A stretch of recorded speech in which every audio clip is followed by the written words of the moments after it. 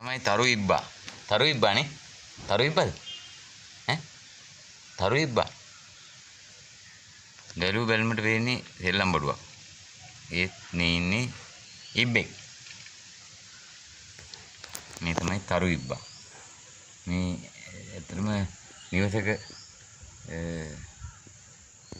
වත්තේ තමයි මේ ඉන්නේ. මෙයාලා හදන්නේ මෙයාලා. තරු ඉබ්බා.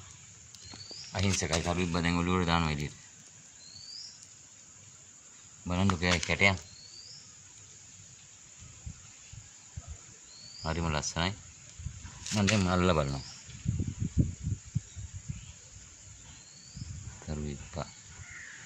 බලන්න යාගේ ලස්සන නේ.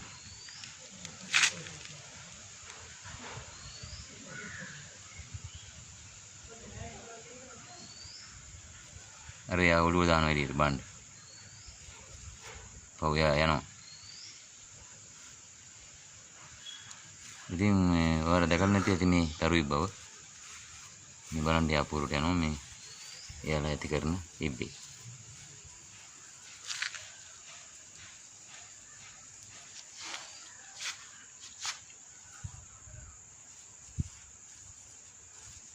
ඔයාලා හිතුවේ සෙල්ලම් බඩුවක් කියන්නේ මේ දැන් ඇවිදගෙන යනවා ඔබ.